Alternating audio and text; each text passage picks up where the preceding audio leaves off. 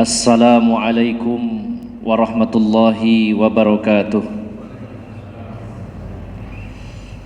Innal hamdalillahi nahmaduhu wa nasta'inuhu wa nastaghfiruh wa na'udzu billahi min syururi anfusina wa min sayyiati a'malina. May yahdihillahu fala mudhillalah wa may yudlil fala hadiyalah. Wa ashhadu an la ilaha illallah wahdahu la syarika lah wa ashhadu anna Muhammadan abduhu wa rasuluhu la nabiyya ba'dah. Allahumma salli wa sallim wa barik ala nabiyyina Muhammadin wa ala alihi wa sahbihi ajma'in. Wa qala Allah ta'ala fi kitabihil karim, ya ayyuhalladzina amanu taqullaha haqqa tuqatih wala tamutunna illa wa antum muslimun, amma ba'd. Para alim ulama, para ustaz, para sesepuh yang senantiasa saya hormati dan saya muliakan, bapak-bapak dan ibu-ibu, saudara-saudari jamaah Masjid Al-Mujahidin yang dirahmati Allah Subhanahu wa ta'ala. Rasa syukur yang sebesar-besarnya kita panjatkan kehadirat Allah Subhanahu wa ta'ala, karena Allah lah yang telah menggerakkan hati kita sehingga kita punya niat dan punya keinginan serta punya semangat untuk hadir ke tempat ini. Karena Allah lah yang telah memberikan kekuatan kepada kita sehingga langkah-langkah kaki kita terasa ringan menuju tempat ini. Dan karena Allah lah kita diberikan kesehatan lahir dan batin sehingga bisa sampai ke tempat ini. Dan yang paling utama Bapak Ibu jamaah sekalian, karena adanya hidayah, yaitu petunjuk, arahan dan bimbingan dari Allah Subhanahu wa ta'ala, yang menjadi sebab kita bisa hadir pada malam hari ini di salah satu rumah Allah Subhanahu wa ta'ala, salah satu tempat yang terbaik di muka bumi ini. Mudah-mudahan Allah senantiasa meluruskan niat kita di mana kita hadir ke sini benar-benar lillahi ta'ala, lillahi rabbil alamin, karena Allah Subhanahu wa ta'ala. Dan kita hadir ke tempat ini dalam rangka mencari ridho Allah Subhanahu wa ta'ala dan berjuang untuk mendapatkan ampunan serta jannahnya atau surganya Allah Subhanahu wa ta'ala. Semoga Allah menerima amal-amal baik kita dan semoga Allah mengampuni segala dosa dan kesalahan kita semuanya. Bapak Ibu saudara-saudari yang dimuliakan Allah Subhanahu wa ta'ala, malam hari ini kita duduk di tempat ini bersama-sama akan membahas sebuah tema yang cukup penting yang saya beri judul ilmu lampah lumpuhkan syaitan. Ya. Ilmu lampah lumpuhkan syaitan. Mungkin bagi Bapak Ibu yang sudah beranjak remaja di tahun 80-an pernah mendengar istilah ajian lampah lumpuh. Ya. Di era 80-an bagi penggemar sandiwara radio ada salah satu sandiwara radio yang berjudul Saur Sepuh, yang penulisnya adalah Niki Kosasih, ya. Dan tokoh utamanya adalah Brahma, siapa Pak? Brahma Kumbara. Kalau lahirnya 80 ke atas saya umbelen katanya Pak Iwan, ya. Tapi yang lahir di sebelum tahun itu, dan sebagian kita mungkin menggemari sandiwara radio tersebut. Kita ingat sedikit ya, ini biar tidak salah paham. Ustadz kok bahasnya kajian lampah lumpuh ya. Ini bukan sandiwara Brahma Kumbara, di mana Brahma ini menguasai ajian serat jiwa sampai level yang ke-10. Dan level tertingginya adalah ajian gelang-gelang ya, kita ingat. Nah, ini bukan bahas itu.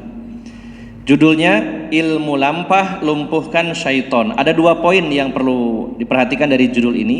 Yang pertama, ilmu lampah. Lampah ini artinya jalan, yaitu cara atau metode ilmu, cara atau metode bagaimana melumpuhkan syaitan.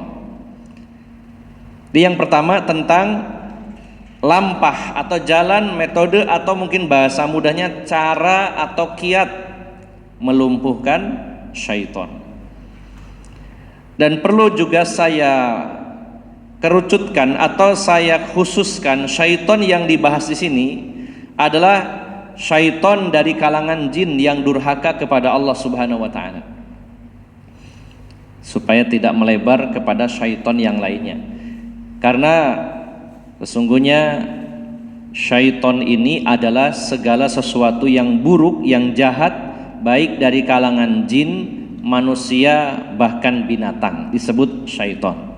Sehingga makna syaitan ini lebih luas. Beda dengan iblis. Iblis adalah abul jin, bapak moyangnya bangsa jin. Jadi bangsanya bangsa jin, bapak moyangnya adalah iblis. Nah, jin ini ada dua, jin yang muslim dan jin yang kafir, jin yang taat dan jin yang durhaka. Sementara syaitan adalah dari kata syato, artinya jauh, jauh dari rahmat Allah Subhanahu wa taala. Semua yang jahat, baik dari kalangan jin maupun manusia, termasuk juga binatang. Nah, bila syaitan itu dari kalangan jin dan manusia juga binatang, yang akan kita bahas yang mana? Yaitu syaitan dari kalangan jin yang membisikkan kejahatan dalam diri manusia. Sebagaimana dalam surat yang kita hafal, yaitu salah satu jenis jin yang bernama Al-Khannas. Min syarril waswasil khannas alladzi yuwaswisu fi sudurin nas minal jinnati wan nas. Al-Khannas adalah yang membisikkan keburukan ke dalam dada manusia, yaitu salah satu jin yang durhaka kepada Allah dan diistilahkan syaitan, di mana disebut khannas artinya dia menyelinap ke dalam hati manusia. Dia mengalir bersama aliran darah manusia lalu menyelinap ke dalam hati manusia, dan di sanalah dia membisikkan keburukan. Maka yang akan kita bahas adalah bagaimana caranya kita ini menangkal bahkan melumpuhkan makar dari syaitan, yaitu dari kalangan jin. Saya tidak akan membahas syaitan dari kalangan manusia maupun dari kalangan bangsa binatang. Bapak Ibu jamaah sekalian yang dimuliakan Allah Subhanahu wa taala, sebelum kita membahas apa saja lampah, ya, sebenarnya lampah ini entah bahasa Jawa, tapi kalau di Jawa Barat dikenal lampah itu artinya jalan, ya. Mungkin dalam bahasa Jawa juga gitu, ada istilah melampah itu adalah berjalan. Ini hanya istilah saja supaya memudahkan kita, supaya judulnya itu nggak monoton, ya. Menangkal godaan setan, kayaknya udah bosan gitu, ya. Makanya saya tulis apa ya yang supaya tidak bosan mendengarnya, ilmu lampah lumpuhkan syaitan. Bagaimana cara melumpuhkan dan menangkal tipu daya syaitan dari kalangan jin. Ada beberapa hal dulu yang harus kita fahami sebelum kita mengenal langkah-langkah itu. Yang pertama, Bapak Ibu jamaah sekalian, syaitan ini benar-benar musuh yang nyata, dan Allah perintahkan kepada kita untuk menjadikannya sebagai musuh, ya. Allah Subhanahu wa taala berfirman di dalam surat Fatir surat 35 ayat yang ke-6. Allah menyatakan, innasyaitana lakum aduwwum mubin. Keliru ya. Innasyaitana lakum aduwwun fattakhidhuhu aduwwa. Innama yad'u hizbahu liyakunu min ashabis sa'ir. Sesungguhnya syaitan itu musuh bagi kamu, bagi kalian. Nah, yang kita garis bawahi kalimat dari Allah, fattakhidhuhu aduwwa, maka jadikan dia sebagai musuh. Sesungguhnya syaitan itu menyeru begitu pula kelompoknya agar mereka menjadi penghuni neraka sa'ir. Maka Bapak Ibu jamaah sekalian, kita harus ingat-ingat, tanamkan sekuat-kuatnya dalam diri kita bahwa Allah perintahkan kepada kita untuk menjadikan syaitan sebagai musuh. Tidak ada kompromi, jangan pernah dijadikan teman, harus jadi musuh. Kalau kepada manusia yang mungkin memusuhi kita, bisa jadi kita balik memusuhi atau justru mendekat kepadanya supaya jadi teman. Kalau dari kalangan manusia masih ada harapan, walaupun orang itu benci sekali dengan kita, masih ada harapan akan jadi teman setia. Tapi kalau dari kalangan syaitan, tidak ada kompromi dan tidak akan pernah menjadi teman yang baik yang membawa kita kepada keselamatan, tidak akan pernah. Bukankah Allah Subhanahu wa taala telah menyatakan di antaranya dalam surat Fussilat surat 41 ayat 36. Allah Subhanahu wa taala menyatakan idfa' billati hiya ahsan. Balaslah keburukan itu dengan sesuatu yang lebih baik. Balaslah keburukan orang lain kepada kita dengan sesuatu yang lebih baik. Ya. Idfa' billati hiya ahsan. Fa idzal ladzi bainaka wa bainahu adawatun ka'annahu waliyyun hamim. Karena boleh jadi orang-orang yang memusuhi kamu suatu saat bisa jadi dia menjadi waliyun hamim, teman setia bagi kamu. Jadi Bapak Ibu jamaah sekalian, kita bedakan. Kalau syaitan jadikan musuh, tidak boleh kompromi, tidak mungkin dia akan taubat lalu jadi baik kepada kita, tidak mungkin. Sudah jaminan dari Allah Subhanahu wa taala, Allah sudah menyatakan tidak ada toleransi, fattakhiduhu aduwa, jadikan dia musuh. Jangan pernah berpikir dia jadi teman kita. Namun kalau dari kalangan manusia, seburuk apapun, sejahat apapun, sejelek apapun kepada kita, maka masih ada harapan dia akan menjadi teman setia. Bukankah seseorang yang berencana membunuh Rasulullah sallallahu alaihi wasallam sekarang terbaring di samping makamnya Rasulullah sallallahu alaihi wasallam? Siapa? Sahabat Umar. Sebelum masuk Islam, beliau orang yang satu-satunya berani akan membunuh Rasulullah sallallahu alaihi wasallam. Karena waktu itu orang-orang Quraisy sudah gerah dengan Rasulullah dan ingin membunuhnya, tapi masih maju mundur. Mereka berpikir kalau nanti dibunuh, maka siapa yang akan bertanggung jawab? Pasti akan dituntut oleh keluarganya. Maka Umar tampil, biarlah saya. Ini menunjukkan sebenarnya sikap gentlenya Umar, walaupun pada saat itu dalam kesalahan. Tapi beliau menegaskan kepada para pembesar Quraisy, biar saya sendiri yang membunuh Muhammad dan saya yang akan dihukum. Saya siap hadapi. Karena dengan berbagai cara tidak berhenti dakwahnya, harus dibunuh orangnya, biar saya yang melakukannya. Namun akhirnya justru beliau menjadi orang yang dekat sekali dengan Rasulullah sallallahu alaihi wasallam. Bahkan menjadi teman setia, bahkan menjadi mertua Rasulullah sallallahu alaihi wasallam, karena salah satu putri beliau yang bernama Hafsah dinikahi Rasulullah sallallahu alaihi wasallam. Makanya kalau ada permusuhan dan kebencian antar sesama manusia, atau ada orang yang benci dan memusuhi kita, jangan berlebih-lebihan. Jangan kita menyimpulkan nggak mungkin orang ini akan baik sama saya, nggak mungkin, jangan. Kalau dari kalangan manusia masih ada harapan dia menjadi teman setia yang tadinya musuh bebuyutan.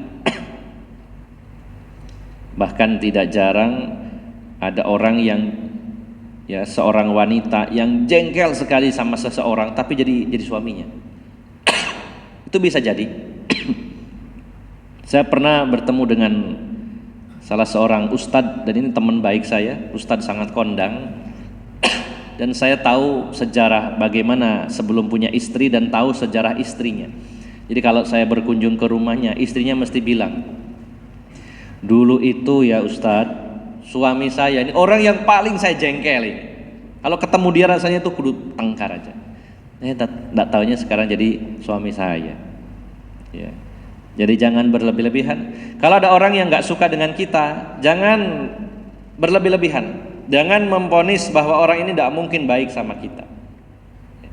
Makanya orang yang mulia adalah orang yang membalas orang-orang yang jahat kepadanya dengan kebaikan. Allah tadi nyatakan idfa billati hiya ahsan.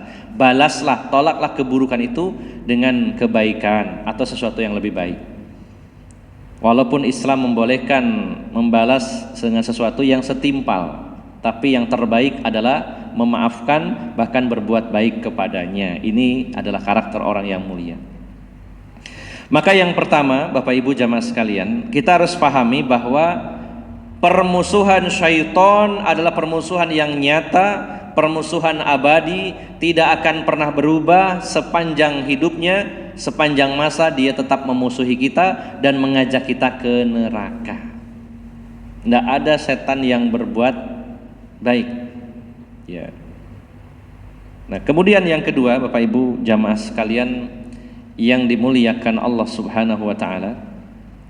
Yang kedua, yang perlu kita pahami adalah untuk mengalahkan dan menaklukkan musuh, maka kita harus tahu strategi musuh.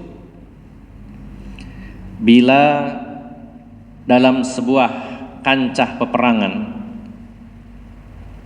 satu pihak mengetahui strategi musuhnya, maka kemungkinan besar yang mengetahui strategi musuh ini akan dimenangkan.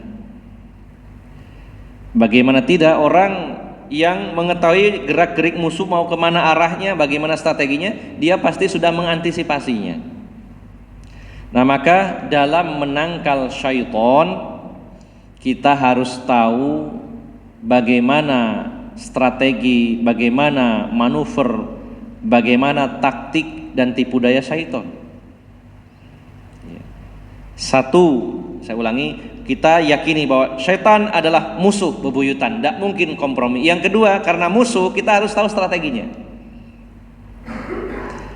Dan para ulama telah menulis dalam kitab-kitab mereka, mengumpulkan dalil-dalil dari Al-Quran dan dari sunnah Nabi SAW, di mana dalil-dalil tersebut adalah informasi penting dari Allah Subhanahu wa taala untuk mengetahui gerak-gerik syaitan dan langkah-langkah syaitan. Bila ini dibahas tentu membutuhkan waktu, bisa berbulan-bulan bahkan bertahun-tahun, bagaimana strategi syaitan melumpuhkan kita. Maka saya sarankan, saya anjurkan panjenengan bisa membuka kitab, diantaranya Talbis Iblis yang ditulis oleh Ibnul Jauzi, diantaranya Talbis Iblis, tipu daya iblis ya. Atau yang sangat bagus seperti kitab yang saya bawa ini, yaitu kitab Ighatsatul Lahfan min Masaidis Syaitan, yaitu menyelamatkan hati dari tipu daya syaitan, yang ditulis oleh Imam Ibnu Qayyim Al-Jauziyah rahimahullah. Di dalam kitab ini dibahas oleh beliau secara panjang lebar, lebih dari 600 halaman berbahasa Arab ini, membahas tentang bagaimana tipu daya syaitan. Kalau kita bisa mengkajinya, membahasnya, membacanya, sedikit banyak kita akan dapat bocoran gimana caranya setan itu menggoda kita. Sebagai contoh saja, ini sampel ya, sampel dari kitab ini. Karena kalau dibahas semuanya setebal ini tentu butuh waktu. Namun sebagai gambaran contoh saja. Di antaranya yang perlu kita antisipasi adalah manuver syaitan atau strategi dan taktik syaitan dalam melumpuhkan kita, yaitu dengan cara masuk lewat pintu apa yang kita sukai. Syaitan akan masuk menggoda kita dari sisi di mana sesuatu itu kita sukai, kita cintai. Disitulah syaitan akan bermain. Sebagaimana Nabi Adam alaihi salam ketika berada di dalam surga, segala hal yang diinginkan dan segala hal yang diminta Allah berikan di dalam surga. Sebenarnya sekilas kita memahami bahwa sudah tidak ada lagi yang diinginkan Nabi Adam karena semuanya terpenuhi.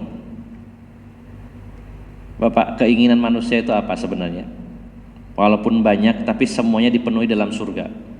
Allah menyatakan walakum fiha ma tashtahi anfusukum walakum fiha ma tad'un, dan buat kalian di dalam surga itu ada apa saja yang kalian sukai. Semua hal yang disukai manusia ada dalam surga. Sebutkan saja apa yang kita sukai, ada di surga. Dan apa yang diminta oleh manusia akan ada di dalam surga, dipenuhi oleh Allah Subhanahu wa taala. Ya. Coba apa Pak yang diinginkan Bapak-bapak kira-kira? Yang belum terpenuhi ya Bapak? Kalau yang sudah terpenuhi ya sudah. Yang belum terpenuhi sekarang apa Pak kira-kira? Kenapa? Istri 4 katanya. Ada yang bilang istri 4. Langsung lompat 4 gitu ya. Padahal baru 1 gitu. Ya itu mungkin keinginan ya. Di surga akan Allah penuhi ya. Minimal 2 bidadari akan Allah nikahkan dengan penghuni surga dari kalangan laki-laki. Minimal 2 plus istrinya. Dalam riwayat lain ada salah satu sungai di surga dan di atasnya ada awan mendung, dan di situ setiap orang yang ingin nambah jumlah dari bidadari yang diminta bisa minta di situ. Ya Allah, kayaknya 2 masih kurang, pingin nambah, kasih lagi. Kalau berdasarkan zahir ayat, apa yang diminta Allah kasih. Ya. Bahkan kalau para syuhada diberikan 72 bidadari. Ya. Ini contoh. Mungkin apalagi bapak-bapak yang ingin. Ibu-ibu saya tanyain karena di belakang nggak bisa dengar. Nanti ibu-ibu, saya ingin punya suami, punya istri cuman saya, bisa nggak? Jadi benturan nanti. Apa yang diinginkan, apa yang diminta Allah berikan di surga. Nah, Nabi Adam waktu tinggal di surga, semua hal, semua yang diinginkan Nabi Adam itu semuanya Allah berikan. Selalu kurang apa lagi? Nah, hebatnya iblis begitu jeli. Imam Ibnu Qayyim mengatakan bahwa syaitan itu masuk melalui aliran darah manusia, ngalir, lalu menyelinap ke dalam hati manusia. Di sana dia mengumpulkan semua database kita, dikumpulkan. Apa kelemahan kita, kesukaan kita, bisa digoda lewat, semuanya dia punya data kita. Kita kalah dalam hal ini ya. Syaitan punya data kita, kita kalau gak belajar gak punya data syaitan. Maka iblis di luar jangkauan kita, dia berpikir bahwa Adam itu sudah terpenuhi semua keinginannya. Kalau kita melihat sekilas gak mungkin ada keinginan lain, semuanya dipenuhi. Ternyata iblis begitu jeli dan cermat, dia melihat ada satu celah, yaitu hal yang paling diinginkan Nabi Adam adalah ingin kekal di dalam surga. Orang bila terpenuhi keinginannya, maka ada keinginan lagi, yaitu jangan sampai kehilangan apa yang sudah dia dapatkan. Ya. Maka iblis tahu Nabi Adam sangat mencintai surga, sangat suka di surga, ingin kekal. Maka iblis masuk lewat jalur itu. Digodalah Nabi Adam dengan mengatakan bahwa sesungguhnya Tuhan kalian berdua melarang kalian makan buah dari pohon ini. Karena apa? Buah ini kalau dimakan kamu akan kekal. Dalam hati Nabi Adam, loh kok pas ya, yang saya inginkan saya yakin kekal, makanya Allah larang. Wah, sudah mulai goyah ya. Maka setelah agak goyah, lalu iblis menambahkan lagi rayuannya dengan mengatakan wa qasamahuma inni lakuma laminan nasihin. Aku bersumpah, kata iblis, dengan nama Allah. Nah, Nabi Adam mengatakan dalam riwayat Ibnu Abbas, ketika memakan buah yang dilarang tadi, terbuka auratnya lalu menutupinya dengan daun, lari ke kebun surga, dan Allah mengatakan, mau kemana Adam? Apa kamu mau melarikan diri? Kata Nabi Adam, tidak wahai Tuhanku, saya cuma malu kepadamu. Lalu kalau malu kenapa engkau langgar? Apa jawaban Nabi Adam? Wahai Tuhanku, saya itu tidak nyangka ya ada orang, ada makhluk yang bersumpah membawa namamu. Kalau sudah membawa namamu saya percaya. Bagi orang Islam, bagi orang yang beriman, kalau ada orang membawa-bawa nama Allah, itu perkara besar. Apakah sumpahnya bohong, palsu atau benar, kita tidak tahu. Tapi kalau sudah membawa nama Allah, wajib kita percaya. Kita tidak boleh Allah sampean sumpah-sumpah demi Allah paling bejo. Kalau dia sudah membawa nama Allah, kita harus percaya urusan dia berbohong atau tidak. Selama tidak ada bukti. Kalau ada bukti ya kita datangkan bukti atau saksi. Tapi bukti tidak ada, saksi nggak ada, dia bersumpah, maka kita harus percaya. Nabi Adam percaya kepada iblis karena iblis bersumpah membawa nama Allah dan mengatakan, sesungguhnya aku adalah seorang pemberi nasihat kepada kamu berdua. Makanya tergoda. Nah, ini salah satu saja poin di antaranya dalam kitab ini, bahwa untuk menangkal godaan syaitan kita harus tahu sebenarnya yang paling kita senangi sekarang apa. Disitulah kita akan digoda. Sebagai contoh mungkin ya, ada orang senangnya itu sama motor, melebihi kesenangannya kepada yang lainnya. Nah, harus diantisipasi, jangan-jangan setan goda saya lewat motor. Gara-gara cintanya kepada motor, akhirnya gimana caranya saya supaya mendapatkan motor idaman, maka akhirnya dia terjatuh dalam perbuatan yang haram misalkan. Karena apa? Dijebaknya lewat situ. Digodain terus, dikipasi oleh setan. Kamu kan pingin motor, motornya jenis ini. Kamu cari duit sebanyak-banyaknya, jangan pikirkan halal haram, lakukan saja. Yang penting segera dapat punya motor, kamu senang nanti. Misalkan begitu. Atau sudah didapatkan motor itu, setan tahu orang ini suka sekali dengan motor, digoda dengan motor ini supaya apa? Sibuk dengannya dan melalaikan kewajibannya, kewajibannya kepada Allah, kewajibannya kepada keluarganya. Pernah ada orang yang istilahnya konsultasi, mengadukan suaminya, Ustadz, bagaimana hukumnya seorang suami itu dari pagi sampai sore itu utak-atik motornya terus, saya nggak pernah diutak-atik. Itu ada Pak, benar. Cuman khawatir kalau yang seperti ini ya nanti malah menjebak laki-laki lain dengan mengatakan suami saya nggak perhatian dengan saya, utak-atik motor. Tapi memang ada orang yang tergoda dengan kesukaannya tapi melalaikannya sampai lupa waktu, lupa sholat. Orang kalau sudah cinta sama burung, masya Allah, pagi, sore, siang, malam sing dielus-elus burungnya, kemana-mana bawa burung, ya di belakang motornya sampai ditutupi gitu. Namanya juga suka. Bukan dilarang, tapi bisa jadi syaitan menjebak seseorang apa yang dia sukai. Kalau tidak melanggar aturan Allah, tidak melalaikannya, monggo silakan, suka apa saja. Tapi yang kita antisipasi adalah syaitan itu akan menggoda Bani Adam dengan sesuatu yang paling disenangi. Itu adalah cara termudah syaitan menggoda kita. Maka kita harus bisa mengumpulkan data kita sendiri. Sebenarnya yang paling saya senangi apa? Nah, akan digoda lewat situ. Wah Ustaz, kalau saya itu paling senang sama wanita, nanti pasti digodanya lewat wanita paling banyak. Walaupun secara umum laki-laki tergoda dengan wanita. Ini baru salah satu contoh yang dicantumkan dalam kitab Ighatsatul Lahfan min Masaidis Syaitan, yaitu kita harus betul-betul mengerti strategi iblis, syaitan itu bagaimana dalam menjebak kita. Kalau kita mengerti strateginya, kita bisa mengantisipasinya.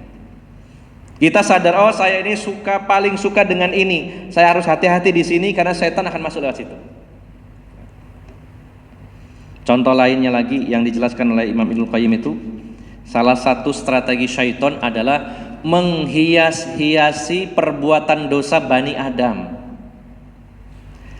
Kalau yang halal itu kelihatannya tidak indah, tapi kalau yang haram indah sekali. Nun sewu, contohnya. Makanya ada istilah dalam bahasa Indonesia, rumput tetangga terlihat lebih hijau. Sebenarnya dia sudah punya rumput, tapi rumput tetangga tampak lebih hijau. Artinya apa? Syaitan akan menghiasi perbuatan haram dan justru memperburuk perbuatan yang halal. Seorang suami atau seorang istri melihat pasangannya biasa, tapi melihat orang lain, pasangan orang lain begitu indah. Apalagi kalau orang-orang yang sudah terjatuh dalam perselingkuhan. Ya. Seorang laki-laki yang berselingkuh akan melihat selingkuhannya lebih cantik, lebih menggoda, lebih seksi daripada istrinya. Seorang wanita, seorang istri yang selingkuh, na'udzubillah, akan melihat laki-laki lain, wah ini lebih merasa membuat saya lebih nyaman, lebih gentle, lebih tanggung jawab, lebih penyabar, lebih. Kenapa demikian? Karena syaitan yang menghiasinya. Kalau beneran itu jadi pasangannya, belum tentu lebih baik dari pasangannya yang sebelumnya. Kayaknya banyak orang yang berselingkuh itu dia meninggalkan yang tidak sempurna menuju seseorang yang lebih tidak sempurna lagi. Bagaimana tidak sempurna? Kalau ada pasangan yang selingkuh, si laki-laki sudah punya istri si perempuan sudah punya suami, terus mau berselingkuh, dua-duanya orang yang rusak. Kenapa? Si laki-lakinya berkhianat kepada istrinya, si istrinya berkhianat kepada suaminya. Orang rusak ketemu orang rusak, apa baiknya? Kalau memang tidak ada, atau kalau memang ada hal-hal yang tidak menyenangkan dari pasangannya, dibicarakan tidak bisa, ya mentok maksimalnya adalah bercerai, baru nyari lagi, bukan dengan cara berselingkuh. Kenapa banyak orang melakukan perselingkuhan? Karena syaitan membuat lebih indah. Ketika seorang istri bermasalah dengan suaminya, mengatakan suami saya nggak sabar, keras dan sebagainya, lalu muncullah sosok pahlawan kesiangan yang tampil lebih gentle, lebih pengertian, lebih penyayang, lebih penyabar, padahal dia ya sedang main drama. Ya, karena ada maunya, pasti akan muncul yang enak-enak saja. Makanya ada yang lebih menyeramkan dari Dracula, yaitu drama lu. Ya. Jadi hati-hati. Nah, ini syaitan akan menghias-hiasi perbuatan jelek. Bahkan strateginya adalah mengganti nama-nama yang buruk jadi kelihatan baik. Sudah sering saya ungkap, sering saya ulas, supaya orang itu melakukan kejahatan dan keburukan dan dosa, maka nama-nama buruknya diganti dengan yang baik-baik. Ini harus kita antisipasi. Diberi nama bunga, ya. Bunga itu kan identik indah ya Pak ya. Kita kalau tahu ada seseorang bernama Bunga, mesti bayangan kita wah indah gitu kan. Bunga, padahal itu riba, perkara yang dimurkai oleh Allah Subhanahu wa ta'ala. Siapa yang memakan riba dan mempraktekkan riba, mengumumkan perang dengan Allah Subhanahu wa ta'ala, yang pasti dia akan hancur berantakan hidupnya dengan riba itu. Tapi syaitan menyebutnya bunga gitu ya, dengan sebutnya bunga. Atau yang lainnya, sebagaimana contoh para wanita nakal diberi nama dengan nama yang baik, dan setiap saat berganti nama dengan nama yang lebih baik lagi. Kalau dulu namanya agak kurang bagus ya saya nggak bisa nyebut sampai ya, agak ada perbaikan nama menjadi WTS, yang sebelumnya lebih jelek dari itu. WTS, wanita tuna susila. Ini masih terdengar buruk. Wanita tuna itu kan bukan ikan ya. Tuna itu tidak memiliki susila, tidak memiliki kesopanan. Wanita yang tidak memiliki kesopanan, WTS. Wah, kayaknya setan meralat kembali. Kayaknya setan berpikir kurang bagus ini kayaknya. Ada cenderung orang memandangnya jelek. Coba diganti lagi menjadi PSK, pekerja seks komersial, sehingga akhirnya agak keselimur. Kan pekerja, namanya juga bekerja. Nanti bisa jadi berubah lagi, kok pekerja seks kayaknya nggak enak ya. Mungkin diganti nantinya lagi lebih bagus lagi, pramu nikmat misalkan ya, atau apa gitu ya. Namanya aneh lah, begitulah. Itu syaitan. Nah, ini harus kita antisipasi. Maka Bapak Ibu jamaah sekalian, ini baru sampel saja dari kitab ini. Jadi saya ulangi, poin pertama yang perlu kita pahami bahwa syaiton itu musuh yang nyata. Allah perintahkan jadikan dia musuh. Tidak ada kompromi, tidak akan pernah berbuat baik kepada kita. Beda dengan musuh manusia, ada harapan berbuat baik. Ini yang pertama. Yang kedua, kita betul-betul harus mengkaji, memahami dari Al-Quran, dari Sunnah Nabi, bagaimana trik-trik, manuver, kiat-kiat atau strategi syaitan menggoda kita. Kalau kita mengetahuinya, kita akan bisa mengantisipasinya. Kemudian yang ketiga, sebagai tambahan, kita jangan berkecil hati, ya, jangan sampai berkecil hati. Walaupun syaitan itu punya strategi, ya, punya makar atau punya tipu daya, namun Allah Subhanahu wa ta'ala menegaskan kepada kita, jangan khawatir, bahwa tipu daya syaitan itu bukan tipu daya yang terkuat. Kalau saya ingin tanya bapak-bapak, sebenarnya jebakan, godaan dan tipu daya syaitan dengan jebakan dan tipuan wanita itu lebih dahsyat mana, Pak? Wanita atau setan? Lebih besar, lebih dahsyat mana? Makar, tipu daya, jebakan wanita atau syaitan berdasarkan Al-Quran? Maka kita jawab pertanyaan ini di dalam surat An-Nisa ayat 76. Di dalam surat An-Nisa ayat 76. Ini poin ketiga sebagai prolog saja, ya. Poin ketiga yang harus kita pahami. Allah berfirman dalam surat An-Nisa ayat 76, "Inna kaidasyaitani kana dha'ifa." Inna kaidasyaitani kana dha'ifa. Dhaif itu apa? Lemah. Sesungguhnya kaid itu adalah tipu daya, makar, jebakan, godaan. Sesungguhnya tipu daya syaitan itu lemah. Allah sendiri yang menyatakan demikian.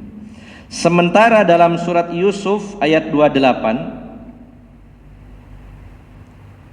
surat Yusuf surat 12 ayat 28, Allah berfirman, "Inna kaidakunna azim." Sesungguhnya jebakan, tipu daya para wanita itu sangat dahsyat. Berarti tipu daya syaitan kalah dengan tipu daya para wanita. Nah, dengan demikian itu artinya Bapak Ibu jamaah sekalian, kita harus optimis walaupun digoda syaitan. Ketahuilah bahwa tipu daya syaitan itu lemah. Namun Bapak Ibu jamaah sekalian yang dimuliakan Allah Subhanahu wa taala, bukan berarti kita meremehkan tipu daya syaitan, bukan sama sekali. Membandingkan ini bukan dalam rangka meremehkan, bukan berarti menganggap kecil, bukan. Hanya saja menunjukkan level bahwa godaan tipu daya wanita lebih hebat daripada syaitan. Sehingga seringkali pula syaitan mengetahui potensi ini, mereka akan menjebak manusia, terutama laki-laki, melalui jalur wanita. Karena dia tahu bahwa tipu daya wanita itu sangat dahsyat. Bagaimana Rasulullah SAW menyatakan dalam hadis, "Ma taraktu ba'di fitnatan adarru lirrijali minan nisa." Tidaklah aku tinggalkan fitnah, ujian yang paling berbahaya bagi kaum laki-laki daripada wanita. Ya, sehingga syaitan seringkali menggunakan jalur menggoda manusia, terutama kaum laki-laki, dengan wanita. Dan bahkan dalam hadis yang lain Bapak Ibu jamaah sekalian, dalam hadis riwayat Bukhari, Rasulullah bersabda, "Ma ra'aitu min naqisati aqlin wa dinin adhaba lilubbir rajuli alhazim min ihdakunna." Kata Rasulullah, tidaklah aku melihat orang yang kurang akal dan agamanya tapi bisa menghilangkan akal laki-laki yang teguh kecuali para wanita. Bayangkan, wanita itu ada sisi kelemahan dari akal dan agamanya, tapi bisa menggoda, mengalahkan laki-laki yang punya keteguhan akal. Ya. Maka Ini sebuah potensi besar bagi syaitan untuk menjatuhkan seseorang dengan digoda dengan para wanita. Nah, Bapak Ibu jamaah sekalian yang dimuliakan Allah Subhanahu wa taala, sehingga 3 poin ini menjadi hal yang sangat mendasar bagi kita yang harus kita pahami. Yang pertama, saya ulangi bahwa jadikan syaitan sebagai musuh, jangan pernah berpikir dia akan bisa kompromi dengan kita. Yang kedua, bahwasanya untuk menangkal tipu daya syaitan kita harus mengenal strategi mereka. Dengan cara apa? Belajar. Kita bersama-sama belajar agama ini, membaca Al-Quran dan hadis-hadis Nabi SAW, dimudahkan oleh Allah dengan adanya para ulama yang menulis kitab-kitab tentang ini, diantaranya Talbis Iblis Ibnul Jauzi dan juga Ighatsatul Lahfan min Masaidis Syaitan dan mungkin kitab-kitab yang lainnya. Yang ketiga, perlu kita pahami pula bahwa tipu daya iblis itu sejatinya lemah. Artinya kita punya peluang untuk bisa menangkal itu semua. Makanya orang-orang yang sudah berhasil berjihad memerangi orang-orang kafir, orang-orang musyrik, orang-orang munafik, dan juga berjihad memerangi kemungkaran, kezaliman, sejatinya mereka orang yang telah menang melawan diri mereka dan syaitan. Imam Ibnu Qayyim membagi pintu jihad menjadi 4 kategori. Yang pertama, jihadun nafsi, jihad melawan diri sendiri, melawan hawa nafsu. Yang kedua, jihadus syaitan, jihad melawan syaitan. Yang ketiga, jihadul kufar wal musyrikin. Yang keempat, jihadul zulma atau jihadul zulmi wal munkarat. Yang pertama jihad melawan diri sendiri, yang kedua jihad melawan syaitan, yang ketiga jihad melawan orang kafir, yang keempat jihad melawan kezaliman dan kemungkaran. Beliau mengatakan, siapa yang kalah dalam perang melawan dirinya dan syaitan, tidak mungkin dia bisa berperang melawan orang kafir dan kezaliman serta kemungkaran. Itu artinya Bapak Ibu jamaah sekalian, kalau ada orang yang berperang di jalan Allah melawan orang-orang kafir, melawan kemungkaran, kezaliman, dia berani, dia menghadapi resiko, berarti dia sudah menang melawan diri sendiri dan syaitan. Itu artinya kita punya peluang bisa mengalahkan syaitan. Karena faktanya banyak orang yang berperang di jalan Allah, dia mengorbankan hartanya, waktunya, tenaganya, bahkan jiwanya, itu dia sudah menang melawan godaan syaitan. Maka itu artinya kita punya peluang untuk bisa melawan, menangkal dan memenangkan perang kita dengan kalangan syaitan. Sehingga Allah menyatakan dengan tegas, inna kaidas syaitani kana dha'ifa. Sesungguhnya tipu daya syaitan itu sangat lemah. Bukan meremehkan, tapi kita mendapat kabar gembira supaya kita optimis bahwa kita bisa menangkal dan melawan syaitan. Bapak Ibu jamaah sekalian yang dimuliakan Allah Subhanahu wa taala, ini baru dasar-dasar yang perlu kita pegang, belum masuk kepada ilmu lampah tadi. Apa amalan-amalan yang bisa menangkal godaan syaitan. Mudah-mudahan dalam kesempatan yang lain, cuman pada malam hari ini saya sebutkan secara global bahwa Allah Subhanahu wa taala mentakdirkan syaitan dari kalangan jin ini bisa melihat kita, tapi kita tidak bisa melihat dia. Setan bisa melihat kita siang malam 24 jam, tapi kita tidak bisa melihat mereka sama sekali. Sehingga tentunya kalau terjadi satu perang, maka secara asal harusnya kita ini kalah telak. Ya, karena tidak bisa melihatnya. Ya, dalam perang-perang di dunia nyata pun kalau musuh itu punya kemampuan untuk bisa menghilangkan wujudnya, itu kan sebuah hal yang merepotkan kita. Makanya muncul ada pesawat siluman, ya, ada mode siluman yang tidak terdeteksi oleh musuh. Ini satu keunggulan. Kemudian ada lagi teknologi apa namanya ya yang bisa menghilangkan wujud itu sekarang sedang ramai dibahas. Jadi sejenis kain, nopo baik jenengan tentara ada ya satu jenis kain yang kalau ditutupkan itu jadi nggak kelihatan, jadi kamuflase. Maka sebenarnya kalau dalam hal membandingkan, setan ini harusnya menang tentunya karena dia melihat kita, kita nggak melihat dia. Bapak-bapak pernah nonton film apa ya yang bisa menghilang itu? Predator, pernah lihat Pak? Ya, Predator, ya, alien yang bisa menghilangkan itu susah melawannya. Nah, syaitan diberi kemampuan oleh Allah untuk melihat kita, kita tidak bisa melihat dia. Sebenarnya secara asal kita harus kalah. Makanya kalau saya bicarakan secara global tentang ilmu lampah atau aktivitas amal apa untuk mengalahkan syaitan, itu lebih kepada penekanannya kepada yaitu permintaan perlindungan kepada Allah Subhanahu wa taala. Allah menyatakan dalam surat Fussilat ayat 37, wa imma yanzaghannaka minasyaitoni nazgun fasta'iz billah innahu huwas samiul alim.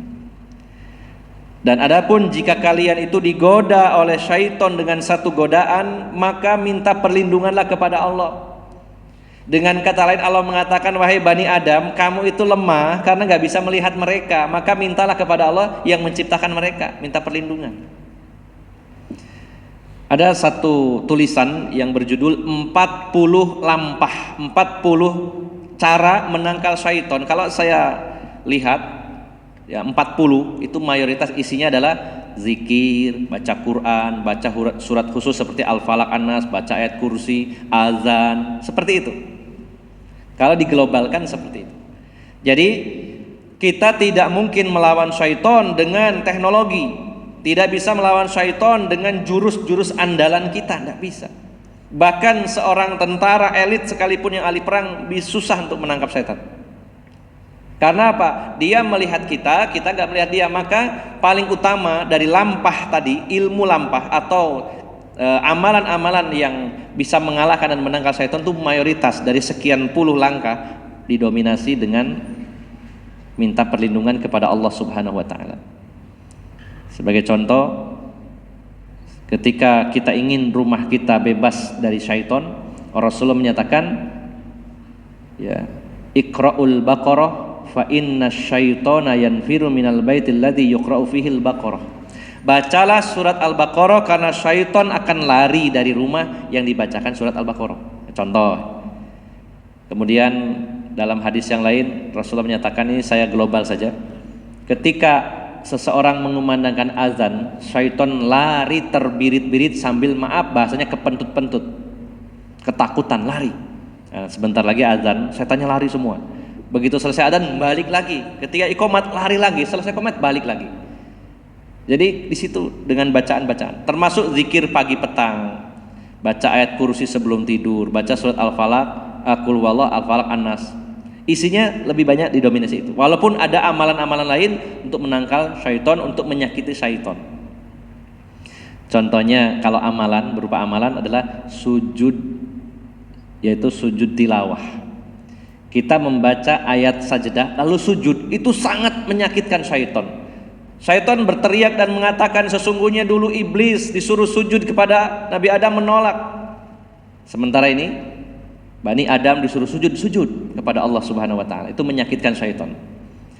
Termasuk juga sujud sahwi yang berupa amalan, ya, sujud sahwi itu sangat menyakitkan dan membuat syaitan jengkel. Kenapa? Dia sudah menggoda kita saat sholat sehingga kita lupa jumlah rakaat. Ini 2 apa 3 ya? Maka pilih yang terkecil 2. Kita putuskan, jangan berlarut-larut 2 apa 3, 2 apa 3, 2 apa 3, bingung. Apalagi jadi imam sudah harus konsentrasi bacaan. Ini 2 apa 3 ya? Maka ambil yang rendah 2. Lalu setelah itu sujud sahwi nanti sebelum salam.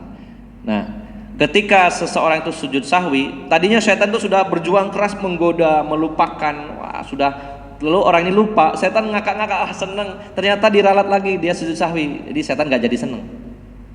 Itu salah satunya contoh dengan amal. Jadi Bapak Ibu jamaah sekalian yang dimuliakan Allah Subhanahu wa taala, kesimpulan kajian pada malam hari ini, yang pertama, hendaknya kita menjadikan syaitan sebagai musuh. Yang kedua, kita antisipasi dengan cara mengetahui strategi musuh kita yaitu syaitan. Yang ketiga, ada peluang di sana untuk melawan, menangkal, bahkan memenangkan peperangan dengan syaitan karena makar syaitan itu lemah. Dan yang terakhir, untuk langkah-langkah apa saja yang kita lakukan untuk menangkal syaitan, mudah-mudahan pada kesempatan yang lain, hanya saja secara global didominasi langkah-langkah itu dengan banyak bacaan Al-Quran dan zikir-zikir yang diajarkan oleh Allah dan Rasulullah Sallallahu Alaihi Wasallam. Demikian, semoga bermanfaat. Mungkin bila ada umur dan kesempatan kita lanjutkan pada pertemuan berikutnya untuk sesi yang kedua, lebih detail tentang amalan-amalan tadi untuk menangkal segala tipu daya syaitan. Dari awal hingga akhir saya mohon maaf yang sebesar-besarnya. Aqulu qauli hadza wa astaghfirullah li wa lakum wa akhiru da'wana anil hamdulillahi rabbil alamin. Subhanakallahumma wa bihamdika asyhadu an la ilaha illa anta astaghfiruka wa atubu ilaik. Assalamualaikum warahmatullahi wabarakatuh.